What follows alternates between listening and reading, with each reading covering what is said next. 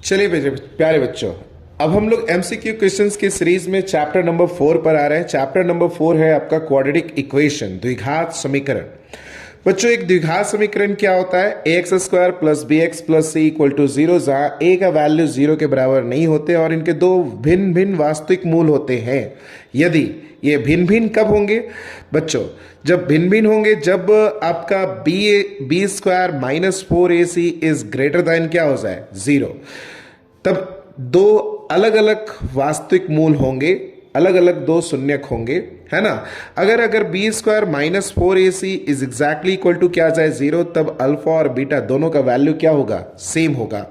और B square minus 4ac is less than zero हो जाए, तब अल्फा और बीटा ये एग्जिस्ट नहीं करेंगे, इसके कोई भी वास्तविक मूल नहीं होंगे।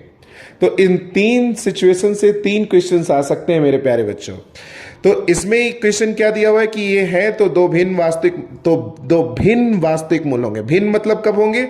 जब B square minus 4ac is greater than क्या हो जाए? जीरो हो जाए, तो इसका B is the right answer हो जाएगा। उसी तरह से क्वेश्चन नंबर 2 में चल रहे हैं इसी चैप्टर का। निम्न में से विविक्तर का सूत्र क्या होगा? तो विविक्तर का सूत्र यानी डिस्क्रिमिनेंट डी। तभी मैंने बताया कि डी इज इक्वल टू क्या होता है? बी स्क्वायर माइनस 4ac, है ना। तो B square minus 4ac first वाला ही इसका राइट आंसर हो जाएगा। देखिए यहाँ पे स्क्वायर नहीं है, यहाँ पर स्क्वायर है तो सी नहीं है, यहाँ पर ए नहीं है, तो ए इज द राइट आंसर।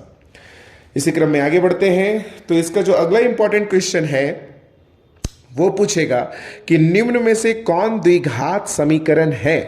तो मेरे प्यारे बच्चों, अब ऐसे में आप तीनों इक्वेशंस को आप सॉल्व करने मत चले जाइएगा। ध्यान दीजिए, कंपैरिजन कीजिए कि देखिए यहां भी x इंटू एक्स करेंगे, एक्स स्क्वायर आएगा, यहां भी x इंटू एक्स स्क्वायर आ जाएगा, तो एक्स स्क्वायर इधर से कैंसिल हो जा रहा है।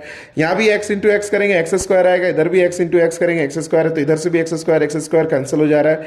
यानी यहां भी द्विघात समीकरण नहीं मिल रहा है, यहां भी नहीं मिल रहा है, लेकिन यहां पे मिल रहा है। a माइनस बी का होल स्क्वायर करेंगे तो एक्स स्क्वायर मिलेगा, लेकिन इधर नहीं है तो कैंसिल नहीं होगा। तो यानी इधर ये आकर इधर आ जाएगा, तो यहां से एक हमें द्विघात समीकरण मिलने की संभावना है। संभावना नहीं बल्कि निश्चितता है ना। तो ऐसे क्वेश्चन में अगर आप तीनों सॉल्व करेंगे तो you will take your time, है ना। आप अपने बहुत ज्यादा time and you will waste your time everyone. So don't waste your time. आप क्वेश्चंस को सीरियसली देखिए, 2-3-4 बार देखिए and you will get the answer, और आपको आंसर तब जाकर मिल जाएगा।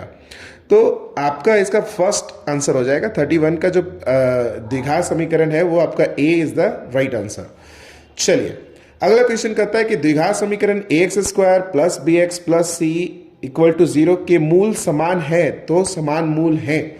तो अगर मूल समान हो जाएंगे, है ना, तो ये समान मूल के आंसर्स क्या होंगे आपको बताना है। तो बच्चों, इनके जो फॉर्मूलाज हैं वो अल्फा, अगर मूल समान हो जाता है तो अल्फा और बीटा दोनों का वैल्यू क्या हो जाएगा? सेम। तो minus B plus under root D by क्या आ जाएगा? 2a। तो इस कंडीशन में, मूल समान होने की कंडीशन में डी का वैल्यू क्या आ जाता है? जीरो। तो minus B plus under root zero by क्या आ जाएगा? 2a। तो माइनस, अब इसका वैल्यू क्या आ जाएगा? जीरो। तो बचा क्या? Minus B by 2a। तो ये आपका क्या हो जाएगा? Right answer. बच्चों, ये सब क्वेश्चंस को बिना समझे आप इनके आंसर्स को रट नहीं सकते हैं, और आंसर को अगर आप रटने जाएंगे तो आप सॉल्यूशंस भूल जाएंगे। तो which is the right answer? Minus B by 2a, D is the right answer. Okay बच्चों, इसी कड़ी में आगे बढ़ते हैं। तो अगला क्वेश्चन है कि द्विघात समीकरण 2x square minus 6x plus 3 का विविक्तर हम लोगों को फाइंड आउट करना है, यानी डिस्क्रिमिनेंट डी। तो इसके लिए हम लोगों को क्या है, तुम्हारे पास समीकरण क्या है बच्चों? 2x square minus 6x plus 3 equal to क्या? जीरो। तो देखिए यहां से a का वैल्यू कितना जा रहा है? a यानी एक्स स्क्वायर का गुणांक, a कितना जा रहा है? 2, है ना। b का वैल्यू कितना जा रहा है? -6, b इज इक्वल टू -6, और c का वैल्यू क्या जा रहा है? 3। तो d का वैल्यू क्या आ जाएगा? b स्क्वायर माइनस 4ac, है ना। तो b का वैल्यू कितना है? यहां से -6 का होल स्क्वायर माइनस 4, a कितना है? 2, c कितना है? 3।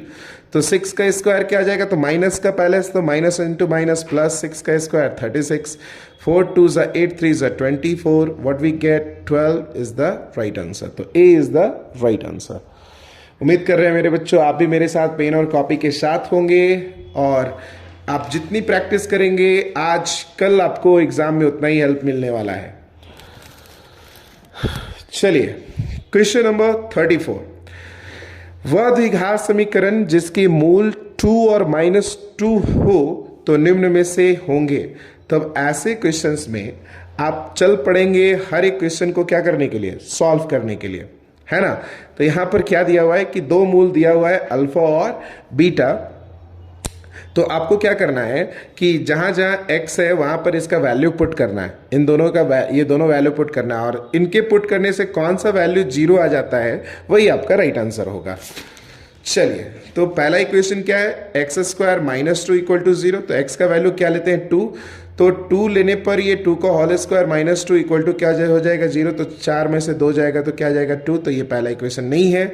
दूसरा देखिए, x² -4 = 0। तो x का वैल्यू हम क्या ले रहे हैं, 2। 2 का होल स्क्वायर तो -4 = 0। तो 2 2 4 4 0 आ जाएगा। -2 भी रखेंगे, होल स्क्वायर -4 = 0। तो ये भी ये 4 -4 = क्या जाएगा, 0। कट जाने के बाद इसका वैल्यू क्या आ जाएगा, 0। यानी इसका राइट आंसर कौन हो जाएगा, B. B is the right answer. आते हैं क्वेश्चन नंबर नेक्स्ट पे। यदि द्विघात समीकरण x² -4x प्लस k = क्या हो, 0 का मूल समान हो। मूल समान होने का मतलब अल्फा और बीटा दोनों का वैल्यू क्या है, सेम है। और ये समान कब होगा, जब d का वैल्यू क्या आ जाएगा, 0। तो k का मान ज्ञात करना है। चलिए, तो यहां से a का वैल्यू x² का गुणांक कुछ भी नहीं है तो 1 है, b का गुणांक x का गुणांक कितना है, -4 है, और c = क्या है बच्चों, k।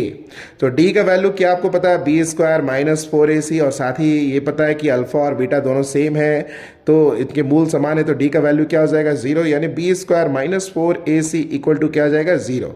अब b का वैल्यू यहाँ पे क्या है, तो -4, तो -4 का होल स्क्वायर -4, a का वैल्यू कितना है, k, और c का वैल्यू a का वैल्यू 1 है और c का वैल्यू कितना है, k = क्या, 0।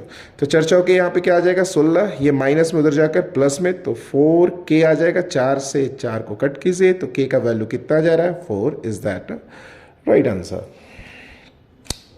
तो इसका जो राइट आंसर हो जाएगा वो d यानी 4। उम्मीद कर रहे हैं बच्चों आप भी प्रैक्टिस कर रहे होगे मेरे साथ। चलिए नेक्स्ट क्वेश्चन पे चलते हैं। द्विघात समीकरण 2x² -5x + 3 का मूल ज्ञात करना है। चलिए, तो 2x² -5x + 3 = 0 का क्या ज्ञात करना है, मूल ज्ञात करना है। तो इनके मूल को ज्ञात करने के लिए आप फैक्टराइजेशन मेथड का इस्तेमाल कर सकते हो, फिर द्विघात फॉर्मूला का इस्तेमाल कर सकते हो, किसी भी मेथड से आप इसके ये को फाइंड आउट कर सकते हो। तो फिलहाल अभी हम यहाँ पे फैक्टराइजेशन मेथड यूज कर रहे हैं, है ना बच्चों। तो फर्स्ट को लास्ट सम से मल्टीप्लाई की, 2 3 6, तो 6x² लाना है।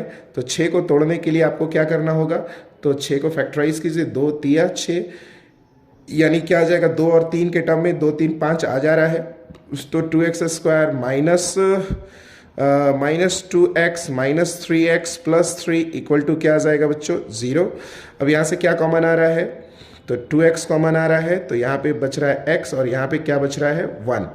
यहाँ पे क्या कॉमन आ रहा है, 3, और ब्रैकेट के बाहर माइनस आ रहा है तो अंदर का साइन चेंज। तो 3 क्या आ जाएगा, x - 1 = क्या, 0। फैक्टराइजेशन तभी सही होगा जब दोनों ये क्या हो, सेम हो। तो x - 1 दोनों में से कॉमन लीजिए, तो x - 1 कॉमन आ जा रहा है, तो यहाँ पे क्या बच रहा है, 2x - 3 = क्या, 0।